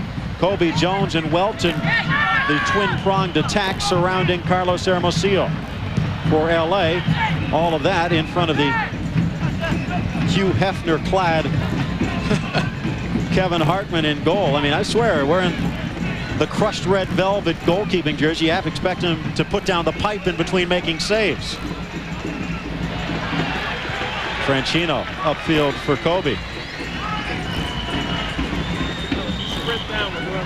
Touched away and a throw-in upcoming for the Galaxy. Kobe Jones. 10 caps. Kobe Jones has switched sides here in the second half, playing out on the left side. Just going to try his luck against C.J. Brown rather than up against Diego Gutierrez. Looks like Gutierrez has actually moved in front of Richie Kachow, who is now man-marking Welton. Welton on the ball now, and Kachow and Gutierrez will both shadow him. The young Brazilian who has found his path here in Los Angeles under Zambrano. Caligiuri loses the control for a little bit. Back to Cienfuegos. Danny Pena switches fields. Again, the pressure is on LA to create something offensively. Chicago really focusing all of their energies on just frustrating them. Machon, back post. Welton heading it for Cienfuegos. Looking for Hermosillo and cleared away. Hey, Campos showing some pretty good wheels there. Although good positioning by Jolly cut Campos off from the ball. So Campos wearing the number 1, but a regular jersey playing up front, and at the other end, the number 18, Zach Thornton in goal, the 24-year-old. A pretty solid defense in front of him. 1.42 goals against. In fact, the Galaxy also with that sparkling defensive effort. Kubik the sweeper. Thompson man-marking Hermosillo. C.J. Brown and Diego Gutierrez, the fellow markers, as Richie Kachow helps out a little bit on the left, and Zach Hibson on the right. In the middle, Peter Novak and Frank Klopas. Jesse Marsh, the defensive midfielder, and the lone front runner right now is Campos. Here's Welton. Gutierrez bangs it off the Brazilian, and it's out for a throw-in for Chicago, just shy of the flag. 1996 leading scorer for New England, although the number's not as gaudy, but when Thomas Rongen took over, felt he could do better. Traded him to Los Angeles. And he has done better here in LA. Well, LA needs to do better offensively for sure in this game, and also for the league, really, because the league hoping that the LA Galaxy make it all the way to the MLS Cup final, which will be played here in the Rose Bowl on October 25th, a Sunday. That will be aired live on ABC. See whether DC United makes it to the final to defend their championship. Into the middle for Campos. Franchino touches it away and cleared away by Caligiuri.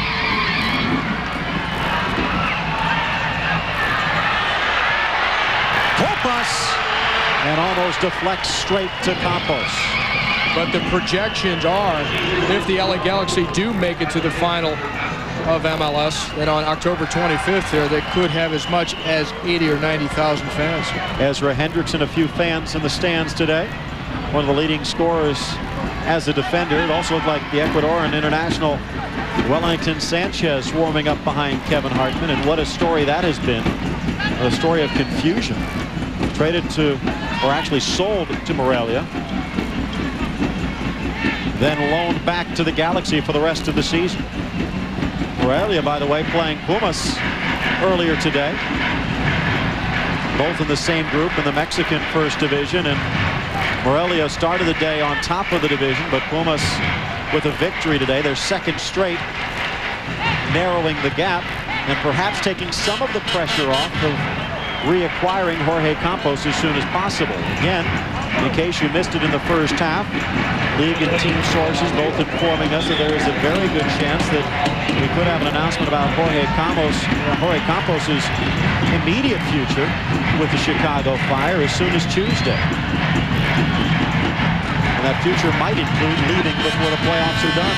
Well, it's certainly no secret that he is very dismayed at his lack of playing time, particularly in goal for the Chicago Fire. And if he's not going to be the playoff goalkeeper, he wants to lead. Although Bob Bradley, Chicago's coach, would like to keep him, if nothing else, as an insurance policy should Zach Thornton get injured. Campos wants to go where he's the number one. Well, let's put it this bluntly.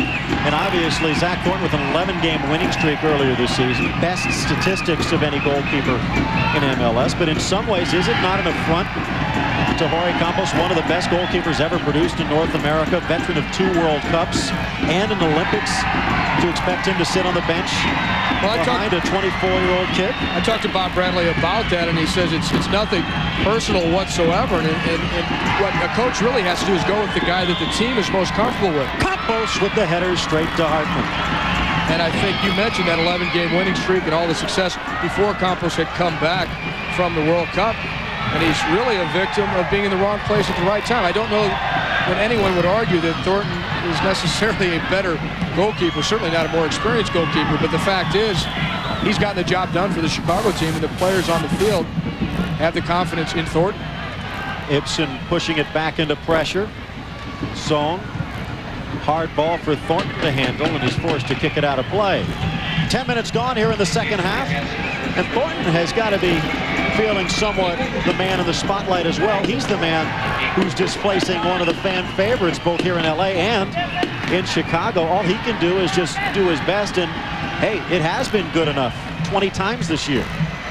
16 in particular. Campos, a nice job winning it up front. Novak, Campos, loose ball. Klopas dispossessed by a speeding Robin Fraser. Hartman sliding out at the opportune time there to make a difference in that play. So credit the goalkeeper for LA on that play also. Cienfuegos outside to Welton. Diego Gutierrez harassing him. Campos showing the flair, though, to sniff that ball out and then use the heel. Nice ball into the corner. Hibson has switched fields. Into the middle for Campos. Back post Klopas. Klopas against Fraser. Klopas, one hop straight into Hartman's arms, and he'll rifle it out to Kobe Jones. Again, the two battles, LA trying to prove they can beat Chicago, especially here at home, because if it does hold true to form, they'll play 2 of the 3 games here at the Rose Bowl in the Western Conference Finals. And of course, the other storyline, Kobe Jones, whose chances for the Budweiser scoring lead rapidly going up in smoke unless he can score 4 goals in 34 minutes. Nice work by Gutierrez into the box. And the last touch, too much adrenaline. And there the crushed red velvet of Kevin Hartman getting a little dirty.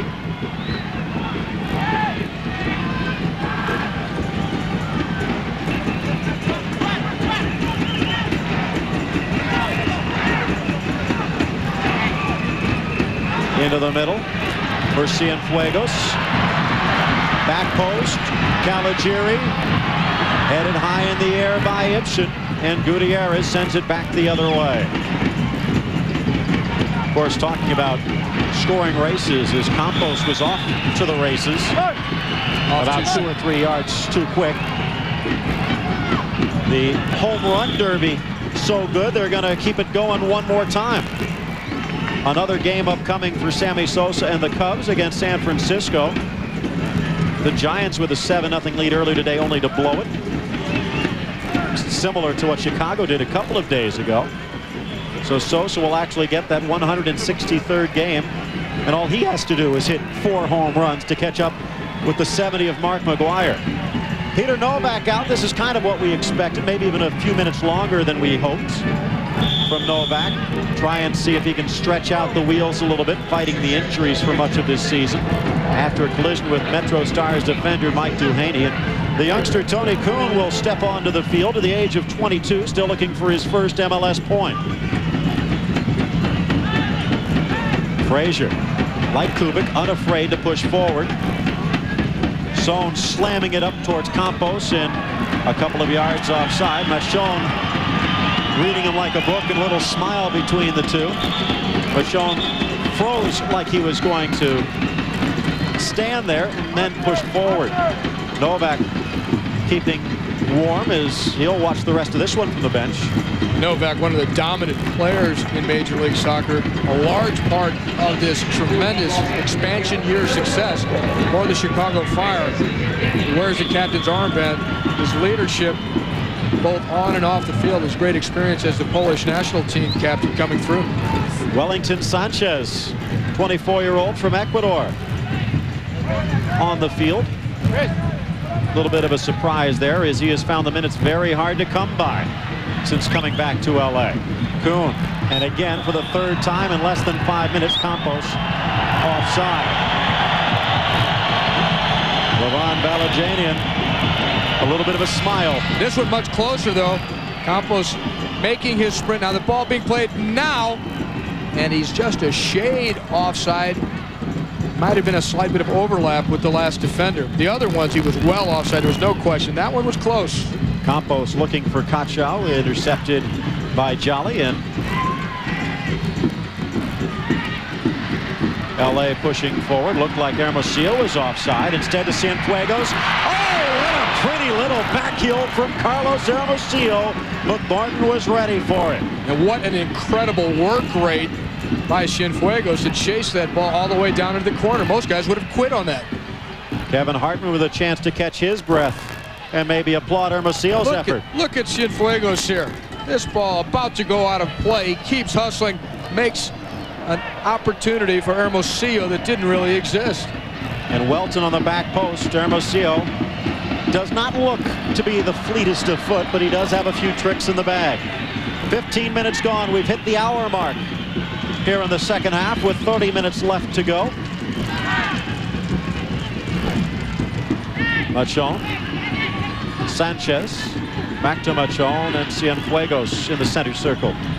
Coming into this match, Chicago have won 3 in a row, and now the LA Galaxy have not scored in 3 games worth of minutes.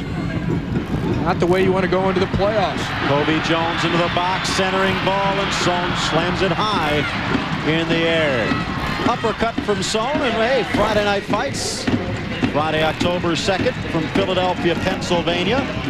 Some classic footage of Muhammad Ali, plus Andrew Galata and Tim Witherspoon will be on the cards, plus Tate against Davis in super middleweight action. That's Friday on the Deuce at 8 p.m. Eastern from Philadelphia. Another guy who was providing quite a bit of offense for the LA Galaxy earlier on in the season was rookie Clint Mathis. He's unavailable for tonight's match for the Galaxy due to a red card that he received last Sunday in the loss to San Jose. In the area for Jesse Marsh to corral.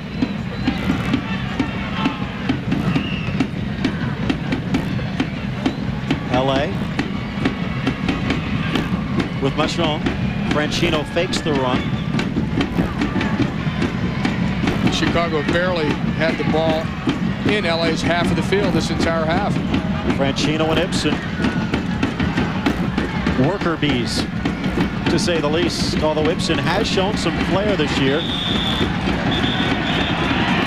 A little bit of a foul, and Tony Kuhn and Robin Fraser getting to know each other a little bit better as Octavio Zambrano looks on. Chicago resting Francis O'Carroll. He's had bruised ribs the last couple of months. Josh Wolf a little banged up. Jerry Probrozny. Chris Armas getting a rest finally. Though he could have gone into the record book alongside 3 other guys who have played every minute of an MLS regular season. But Armas and Coach Bob Bradley deciding, hey, it's more important for him to be fresh and ready to go when the playoffs start this week. Cienfuegos a little too quick offside the call. Wellington Sanchez on the field for LA in the center of the park as Cienfuegos pushes forward a little bit earlier. There's Sanchez. Cienfuegos, boy, that was very close. May have been overlapping that last defender as it was played. Oristanzabal on the far side. Speaking of Sanchez, this snaps a streak of 11 straight games of watching it from the best seat in the house on the bench.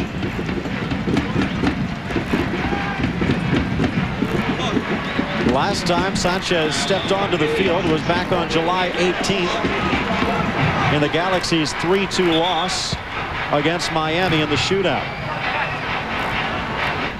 And that might be one of the reasons, because that was one of the ugliest losses in LA's 1998 season, a game in which I think Miami only got 3 shots and put 2 of them in the net, and then won in a shootout. But that was the start of the turnaround that Miami then rode into the postseason. Here's Fraser. Machon. Cienfuegos for Fraser. The elegant sweeper pushing through the defense. Fraser on the right. Fraser to his left, too far. Still Fraser.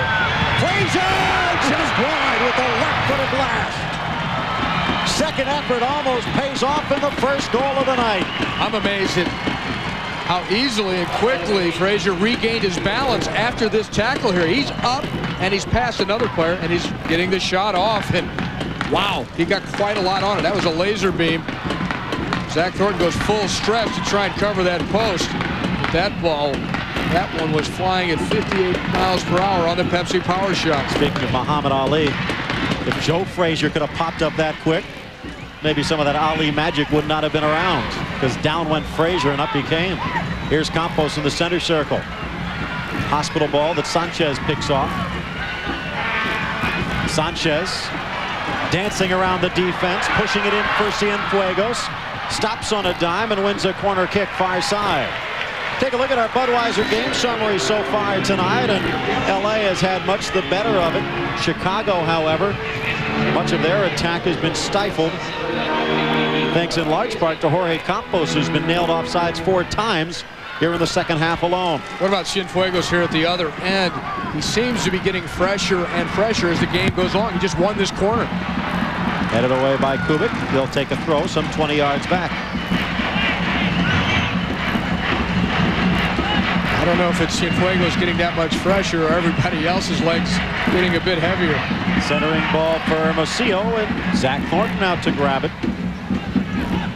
Had a little bit of a shaky stretch a couple of weeks ago, did Thornton. But over his last 2 games, he has been rock solid. And if the rumors of Campos' impending departure are true, they will need that.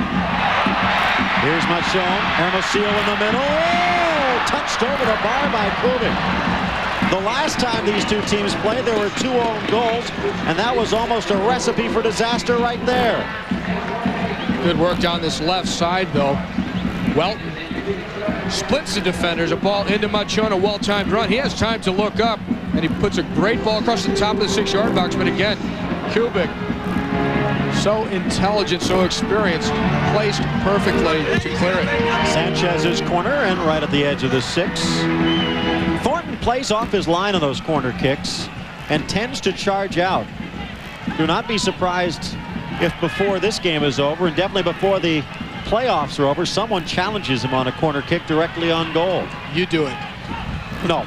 Well, actually, to tell you the truth, it might be one of the safest spots because you're, some 40 yards away from it. You don't mean physically challenge him. No. You mean bend the ball in there, look for the goal Olympico, as Damian scored earlier this year when he was still with Dallas Burn before moving on to the New England Revolution.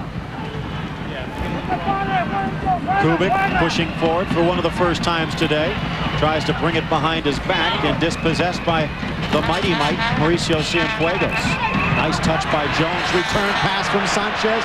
And here comes L.A. Welton wide open on the backside. Deflects away. And Diego Gutierrez coming into the picture to pick that one off with Hermosillo and Welton open on the back post. Several exciting foot races there. The first one, Kobe Jones against C.J. Brown here on the near side, but also Gutierrez showing tremendous wheels to make sure he was the first one to that ball out in front as Hermosillo was about to put it away. And Wellington Sanchez, as might be expected, showing some fire now that he's back out there. Plays the same position for his nation that Cienfuegos does, and obviously every MLS fan knows what Cienfuegos brings to the equation. Kobe Jones off to the races with a good little 1-2 that he had worked with Wellington Sanchez. Here's the ball into space. If Gutierrez doesn't hustle out in front, look at Hermosillo lurking towards that back post. Tommy Sohn had gotten just a toe to that ball also out in front. Fraser with one of his rare miscues. Hibson just tries to roll it in the picture. Welton on the turn. Cienfuegos picks it up. Welton in the box. Welton to the middle for Hermosillo. It looked like he was offside, but the flag stayed down. Cleared away again by Gutierrez. Hermosillo was definitely offside on this last cross. No call, though, would have come. Look at him. He's out in front of all the defenders. This ball, although perhaps not, because it was played square as opposed to forward to Hermosillo, which was much more easily seen on the replay than it was from up here. Considering how fast LA runs, though, you can almost understand if the assistant Aristanceval on the far side can't keep up with it. I mean, if he could, he should probably sign up to play. Forget about running the line. Good call, actually. Good call by the far side referee's assistant because that ball was played square. Campos again charging down. And Jolly there to win it. Phil Shane, Ty Keogh with you here at the Rose Bowl in Pasadena. Final game of the 1998 regular season, but could this matchup be duplicated in about 3 weeks' time for the Western Conference title and a berth in MLS Cup? It looks like it here today. A couple of heavyweights going at it, including here the Tony Kuhn and Robin Fraser. Offside is Klopas, snagged by the flag. Well, what's interesting here is certainly these are two of the league heavyweights in terms of their records. This ball, as it's off his foot already, not offside. Very easy when we have the stop action and the slow motion, but Klopas, in fact, should have been allowed to play on there. But these two teams matched up here in terms of points, the number 1 and number 3 teams in the league during the regular season. And Stern John in D.C. as we speak, watching as the ball comes in, loose in the box. C.J. Brown looks like he might have pulled something on that, but at least not a chance for L.A. to score. But Stern John in D.C. after 2 goals today. Looks like his hold of the Budweiser scoring championship will hold on as Octavio Zambrano just cannot find a way to put the ball in the net. Well, the problem for the LA Galaxy is they've not produced goals. Certainly not at the prodigious pace that they have throughout the rest of the season. Their offense having gone to sleep here at the close of the regular season. But what's interesting here, Phil, also is the fact that we talk about both of these teams being heavyweights in terms of their overall records. The Chicago Fire electing not to start 4 or 5 of their usual starters here, whereas LA sticking pretty much with the team that they'll use in the playoffs. Campos ridden into the ground by Franchino, no call. And some of the Mexican fans here in attendance rooting for the Galaxy +1. Hibson, the return pass. He can fly and he can cross. Need out of play by Jolly. Campos trying to break into the box. Campos very quick. We see him saving this ball, very agile. He's up. He likes to take players on one-on-one. A good move on Franchino. Franchino does, in fact, bump him and hold him a bit as he cut off his path to the goal. Campos in the net, normally more dangerous from outside, but he has shown some acrobatic ability before. In fact, enough to be considered as a forward on that Mexican national team. Hibson to the back post. Headed away for Hartman to handle. In fact, 1 year playing for Pumas about 2 or 3 years ago, actually the leading scorer on the team. Quick throw in for Kobe. Kachow sticks with him. Well, bottom line, Campos, an incredible overall athlete. Kobe to the end line. Still in play. And headed to the near side. I think Kobe's intended target really was Hermosillo. It sailed over his head, but also gained a little more elevation so that Welton couldn't reach it. Jesse Marsh, part of the championship squad in D.C. for the past couple of years. He looks to upend this year for Chicago. And tell you the truth, if I'm an LA Galaxy fan after tonight, I'm even more worried than I was coming in. I mean, you could say coming into today's game, while Chicago had won the first two, LA had won the last time these two teams had met. But now, not saying that Chicago's put out a team of scrubs, but basically half this team is their reserve squad against LA's top flight team. They can't even put a goal on the board with 17 minutes to go. No, it's got to affect the confidence and really the dynamics of a potential. It's still only a possibility that these two teams will meet in the second round of the playoffs, which would be the Western Conference Finals. They both have to get past their respective opponents in the first round, which there's no guarantees there. In particular, if LA can't find their offense. And think about it, LA's going to have to play against Mark Dodd. And the performances we've seen as of late by the Dallas goalkeeper make you wonder, in fact, whether LA can score enough goals to beat Dallas. Sanchez thought about shooting, then he realized he was 40 yards away. Nice work again by Gutierrez, and he'll be whistled for a foul. So excited about it was Aristoncible on the far side. The linesman threw his flag to the ground. Diego looking a little bit hurt. He has had a groin problem for much of this year, but has gutted it out, no pun intended. And it looks like he'll watch the rest of this one. From the relative safety of the bench is Josh Keller, former co-captain of UCLA's championship squad last year, will step onto the field of the Rose Bowl.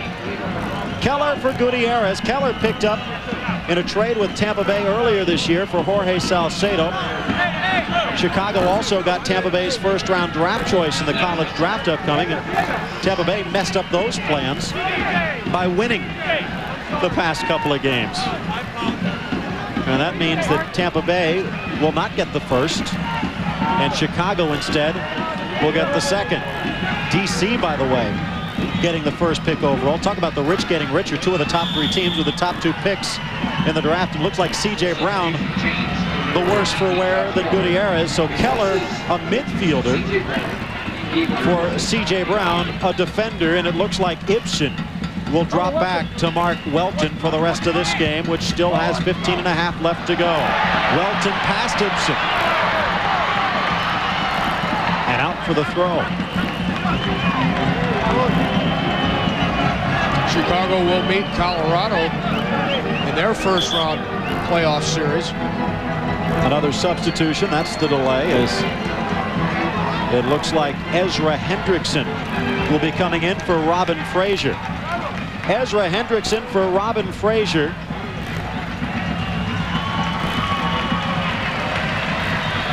And the captain's armband will switch as Fraser will watch the rest of this one from the bench.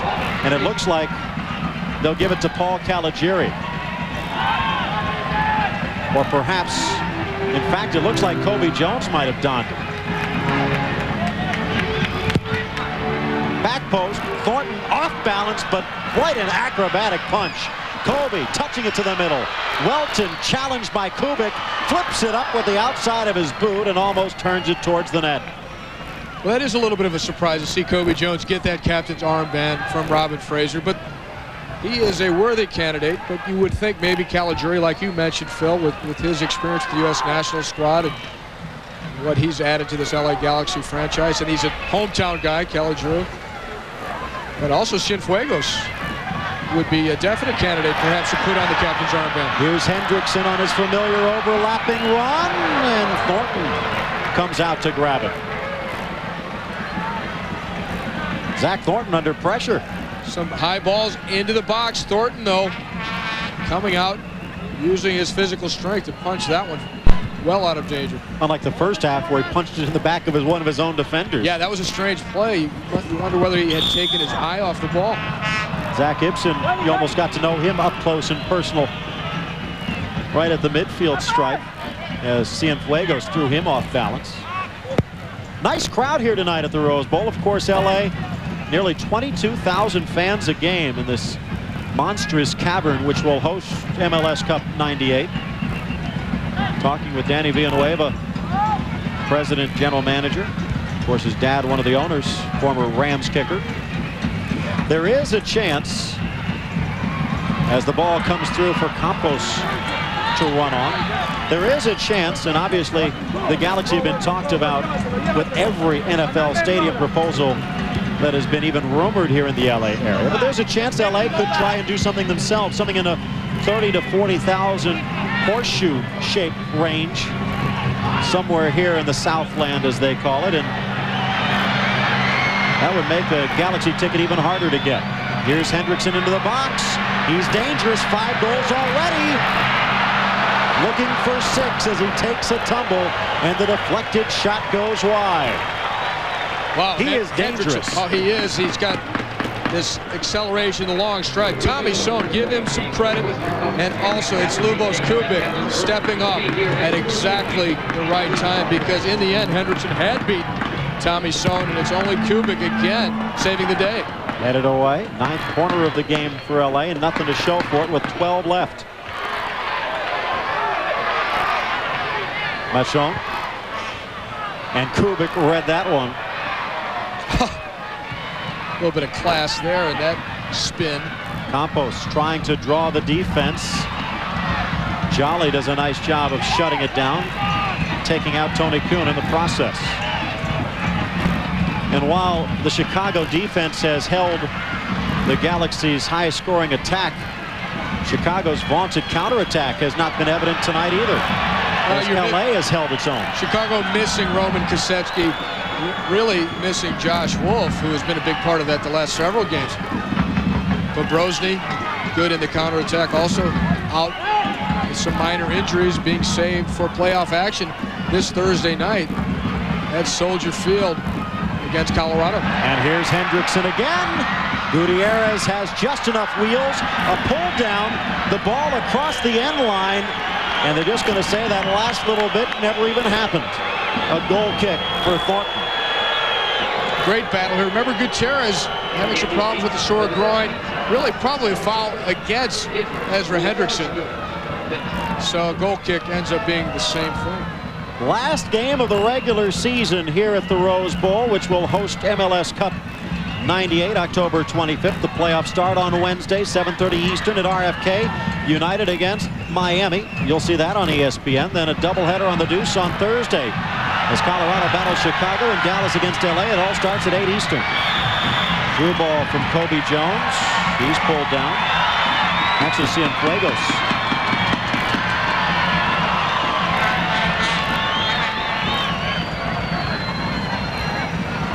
Cienfuegos only number 10 for LA. You wouldn't think a guy that little would be able to do that much damage, but what a year he's had offensively. Not to mention all of the work he does going both ways. 13 goals, 16 assists for Cienfuegos. Quite a total for a guy who's always been good in starting attacks, but now he's starting to finish them. Klopas to Campos to Keller. Back to Klopas. Open in the box.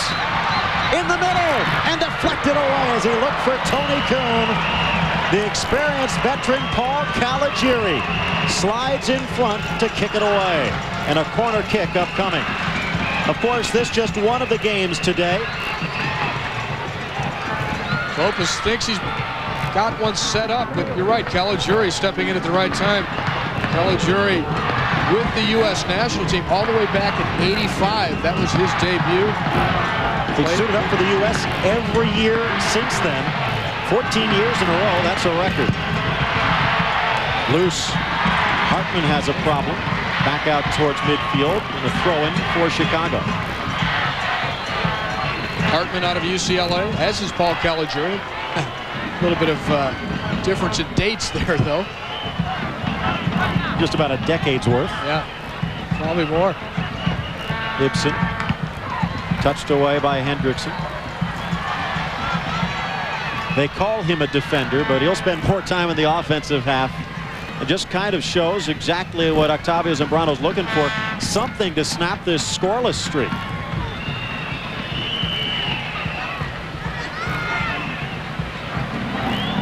"267 minutes without a goal for LA, which has a record 84.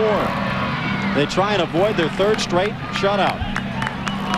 Good work by Hibson. The deflection off Sanchez, and Ali Saheli from about 30 yards away spotted it. I think you got it right that time. When we defend, you gotta come. Mention this one of the only games. Yeah, so Diego can stay out wide to deal with Hendrickson. You can hear Bob Bradley from up here screaming out instructions.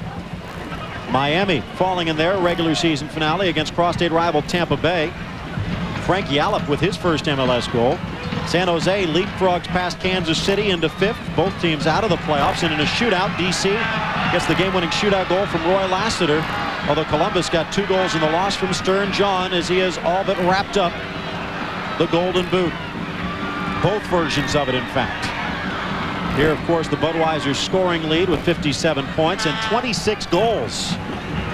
Just one off of Roy Lassiter's 1996 record mark. And Kevin Hartman, by the way, if he can get some help from his teammates, speaking of snapping records, 21 wins. That's tied with Mike Amon for the MLS record. Of course, Amon last year with Kansas City. And here's Kobe to the middle. Open goal! Hermosillo does it! And Kobe Jones gives up the assist. But no! They're going to call it back.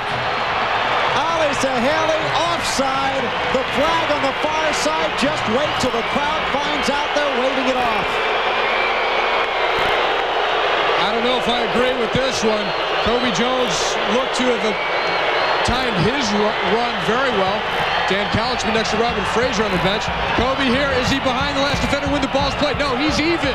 He is even when Franchino plays the ball through. This one should have counted. Kobe then setting up Hermosillo into an empty net. The linesman, without the advantage of slow motion and stop action, missed it. And the fans just saw it on the big Jumbotron here at the Rose Bowl, and the boos continue to rain down. Kobe, pressured by Kubik. And Kobe right now, what, 5'7", 160 pounds, if that, against the 6'2", 200-pound Lubos Kubik. Wisely thought better of the physical challenge. He beat him, though, on that goal that was called back. The lone time, Kubik hasn't come up with the ball on the tackle when he's supporting his defense. Here's Kubik again, far side. Touching it into touch, and a throw in right near the stripe for LA. And of course, it doesn't really matter the way things are going as you look at Orlando Aristanzabal on the far side. Well, and the junior assistant. Yeah, the referee's assistants with the flags are been instructed to give the benefit of the doubt to the attacking team, and that was one case in point there where it should have been allowed. Jones still even with that last defender, even after the ball was off the foot of Franchino. Sohn with a smile on his face, the Chicago defender in white. He has kept Hermosillo in check for all but one play, and the officials took care of that. Under 5 to go as Cienfuegos tries to touch it through. He's pulled down from behind. And Clopas apologizes.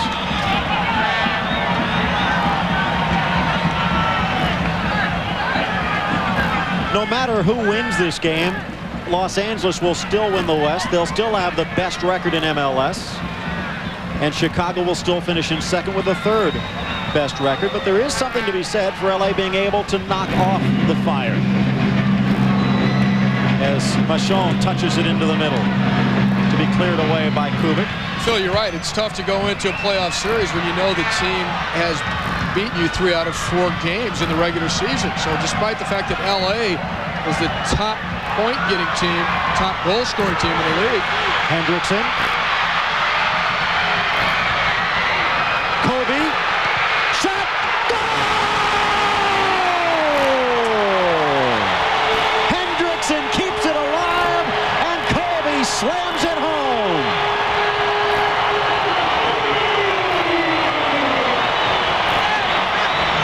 And maybe that will knock out the Demons.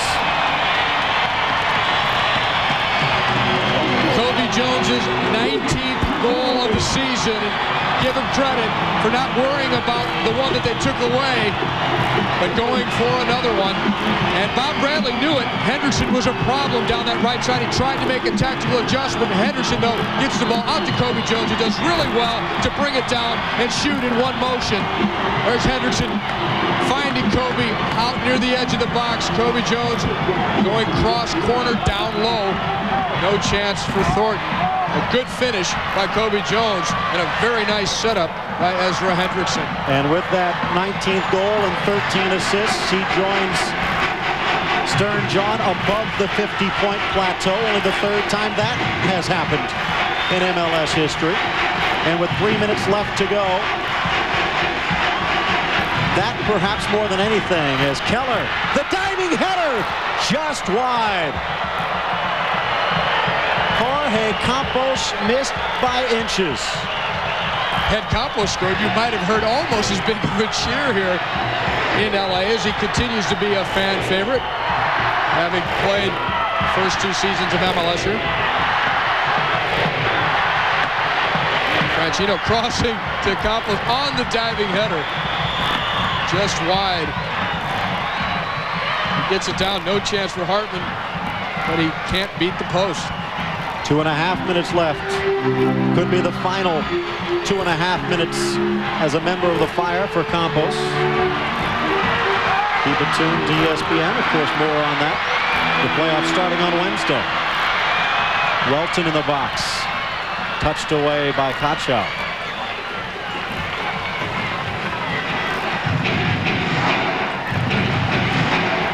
Of course, the Fire with a chance for a double of sorts. They're still in the running for the Open Cup.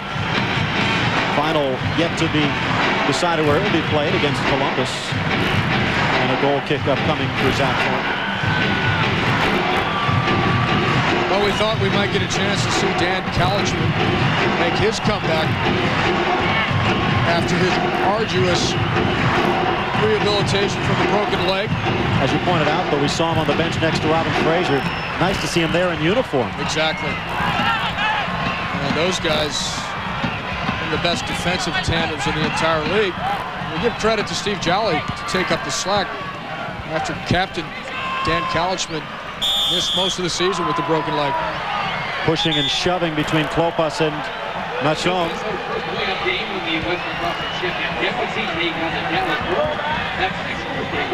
Frank Klopas getting the chance to play a full game for the first time in quite a while, showing some emotion. Welton to the middle. Hermosillo. Hendrickson again. Corner kick. Can he call that foul right there?